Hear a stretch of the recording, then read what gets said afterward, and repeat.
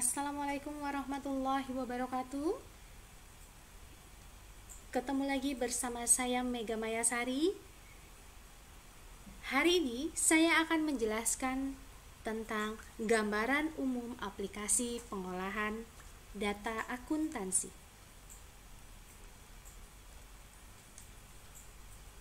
Seperti yang kita ketahui,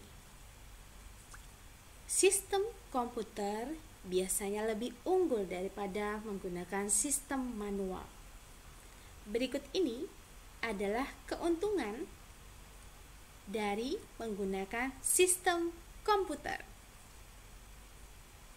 Keuntungan yang pertama, kecepatan. Dengan menggunakan sistem komputer bisa menghasilkan lebih banyak daripada menggunakan sistem manual. Apa yang dihasilkan? Yaitu kecepatan menginput transaksi, kecepatan melakukan proses. Kalau di manual semuanya kita harus menginput satu persatu. Kalau dengan menggunakan sistem komputerisasi semua sudah otomatis dilakukan oleh komputer. Selanjutnya, karena kecepatan tersebut, maka sudah secara otomatis akan mempengaruhi volume hasil. Volume hasil akan jauh lebih banyak. Keuntungan yang berikutnya adalah pencegahan kekeliruan. Biasanya dengan menggunakan sistem komputer sudah dibekali bagaimana cara pencegahan kekeliruan. Contohnya saja kalau terjadi penginputan yang tidak seimbang antara debit dan kredit, maka akan muncul warning. Muncul warning dan peringatan bahwa antara saldo debit dan kredit tidak seimbang.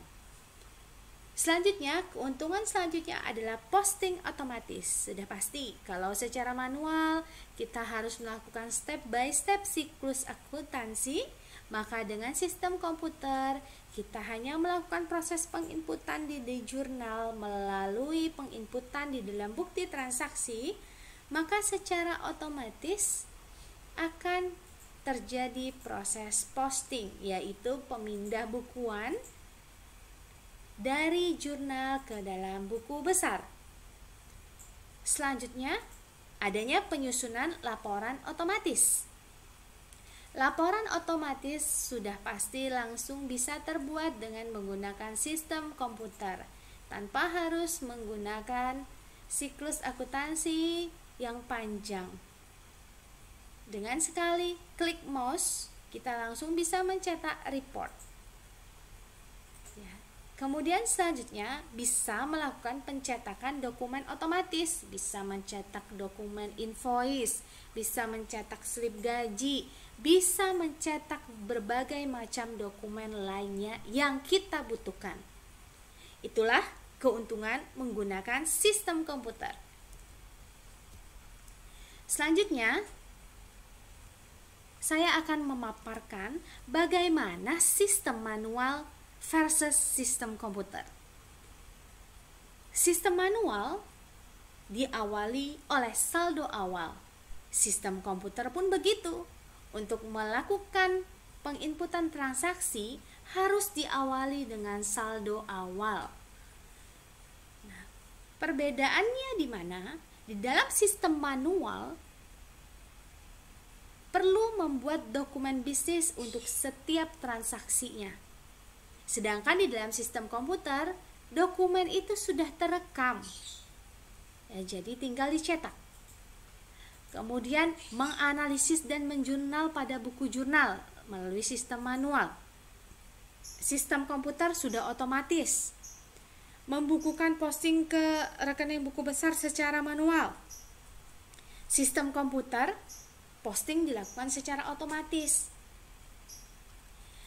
Sistem manual perlu membuat neraca saldo atau bahasa mudanya trial balance atau ringkasan dari saldo buku besar. Kalau sistem komputer, neraca saldo sudah otomatis ada. Kita tinggal print trial balance. Nah, sedangkan untuk jurnal penyesuaian antara sistem manual dan sistem komputer itu perlu sama-sama dibuat. Mengapa? Karena biasanya data penyesuaian itu baru kita peroleh di akhir periode. Jadi mau pakai manual, mau pakai sistem komputer, penyesuaian tetap kita buat, tetap kita record. Kemudian kita bandingkan lagi sistem manual dengan sistem komputer.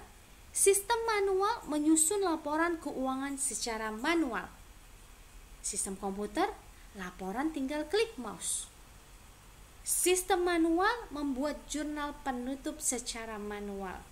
Sistem komputer, jurnal penutup sudah dibuatkan secara otomatis. Kemudian selanjutnya, untuk neraca saldo penutupan, sistem manual harus buat lagi. Ya, setelah dilakukan proses penutupan, jurnal penutup, dilakukanlah penutupan, maka dimasukkan lagi ke dalam buku besar. Kemudian saldo buku besarnya diringkas, maka dapatlah yang namanya neraca saldo penutupan. Kalau sistem komputer, kita tidak melalui tahapan yang rumit seperti itu, maka neraca saldonya juga dilakukan secara otomatis. Kemudian kalau sistem manual maupun sistem komputer harus sama-sama membuat jurnal pembalik.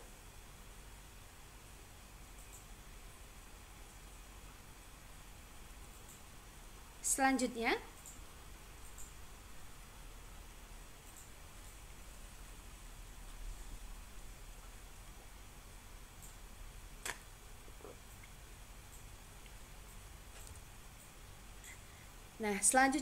kita harus bisa memperhatikan alternatif untuk memperoleh program.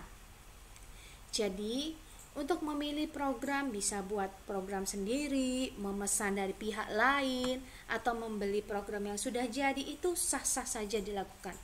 Tapi kita perlu mengetahui, kira-kira kalau membuat program sendiri, apa ya kira-kira kelebihannya, apa ya kira-kira kekurangannya. Nah, berbagai macam aspek itu tetap kita harus tahu. Misalnya kita mau buat program sendiri, sudah pasti karena buat program sendiri biasanya jauh lebih murah. Nah, karena kita buat program sendiri, pasti yang dibuat sesuai kebutuhan. Tapi ternyata ada kekurangan. Kekurangannya apa? Ya pastinya yang membuat harus orang ahli di bidangnya, atau bahasa mudanya SDM-nya harus disediakan yang handal. Kemudian memakan proses yang cukup lama, ya. Terus kemudian dia juga belum teruji. Selanjutnya, kalau memesan dari pihak lain, kelebihannya juga sesuai kebutuhan. Karena kita memesan kepada pihak lain pasti sesuai dengan customize kebutuhan yang kita inginkan. Kekurangannya biasanya karena pesan customize sesuai keinginan kita, biasanya jauh lebih mahal, relatif mahal. Nah, prosesnya juga agak lama karena customize, jadi harus menyesuaikan kebutuhan. Nah, juga sama, belum teruji. Nah, solusi yang bisa lagi selanjutnya adalah bisa membeli program yang sudah jadi. Nah, program yang sudah jadi ini juga ada kelebihannya. Kelebihannya apa? Mudah, ya pastinya ya, karena dia sudah jadi. Nah, kemudian pastinya sudah teruji. Kenapa? Karena sudah dipakai oleh banyak orang. Tapi perlu kita perhatikan juga, di samping ada kelebihan, tentunya pasti ada kekurangan. Kekurangannya apa? Kekurangannya kurang sesuai dengan kebutuhan kita. Kenapa? Biasanya program-program yang sudah jadi itu berasal dari luar negeri, luar Indonesia. Nah, biasanya kurang sesuai dengan kebutuhan di negara kita, maka harus disesuaikan dan perlu dilakukan setup ulang terkait dengan itu. Nah, itu perlu kita perhatikan. Kemudian selanjutnya, mempertimbangkan untuk memilih program komputer standar yang baik. Untuk mempertimbangkan memilih program komputer standar yang baik, ini pertama perlu tahu oh kira-kira nih program komputer nih terintegrasi dan inovasi enggak? Maksudnya terintegrasi modul antara modul satu dan lainnya itu saling terkait, jadi tidak terpecah-pecah, terpisah-pisah. Ya, kemudian sesuai dengan sistem operasi yang dimiliki, ya harus diperhatikan jangan sampai tidak bisa dipakai di sistem operasi kita. Kemudian mudah diperoleh dengan harga yang terjangkau, ini wajib diperhatikan, harus disesuaikan dengan kebutuhan dan disesuaikan dengan kemampuan, bukan hanya kebutuhan tapi kemampuan perusahaan. Apakah perusahaan itu bisa membeli software tersebut? Kemudian selanjutnya juga perlu diperhatikan adalah mudah digunakan, atau bahasa mudahnya adalah user friendly. Jangan sampai karena ingin menggunakan software yang canggih malah tidak bisa digunakan. Karena apa?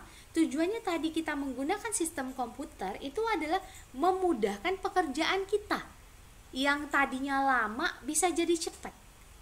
Kalau ternyata sistem itu tidak user friendly dan susah digunakan, maka nantinya sulit digunakan, maka tidak akan tercapai tadi tujuan kita menggunakan sistem komputer. Kemudian selanjutnya cocok untuk kondisi bisnis lokal. Seperti yang tadi sudah saya jelaskan bahwa banyak software-software aplikasi itu berasal dari luar negeri yang kondisi lingkup bisnisnya juga menyesuaikan dengan yang ada di luar. Nah, perlu kita perhatikan bahwa pilih yang bisa di-customize dengan usaha kita. Seperti itu. Kemudian selanjutnya, pembuatan laporan keuangannya itu secara otomatis dan lengkap, kemudian akurat.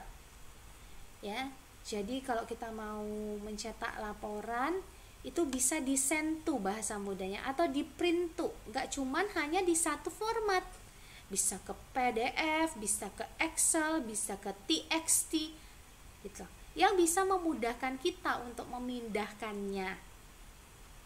Kemudian sebaiknya juga dilengkapi oleh tabel pajak karena ini dibutuhkan.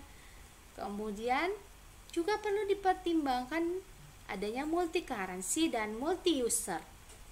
Maksudnya multi currency adalah sebaiknya Anda perlu pertimbangkan komputer akuntansi yang Anda pakai itu bisa menggunakan lebih dari satu mata uang.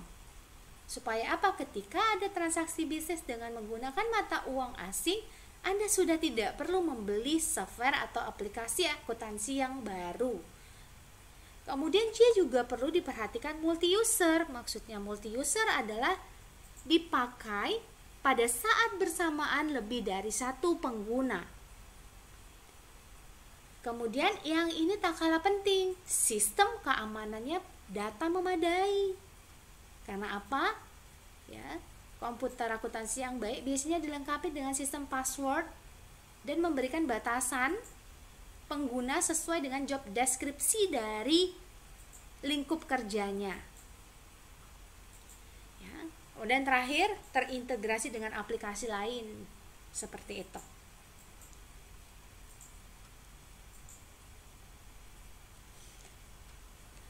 Nah, berikut ini ya ditampilkan ya contoh-contoh program komputer akuntansi standar yang mungkin Anda pernah dengar dan yang biasanya bisa banyak kita temui. Ya, contohnya small to medium itu atau bahasa mudahnya kecil menengah. Itu ada yang Microsoft Accounting, ABSS ya. Peachtree Accounting, Accurate, Zahir, ya, dimana dipakai oleh pengguna perusahaan kecil menengah. Ya. Sedangkan Oracle dan SAP itu contoh dari penggunaan medium to enterprise, perusahaan-perusahaan besar. Penggunaan SAP yang modulnya semuanya sudah terintegrasi dan real time. Nah, kali ini dari penjelasan tadi saya ingin menunjukkan kita menggunakan salah satu software akuntansi yang biasa digunakan oleh usaha kecil menengah, yaitu ABSS.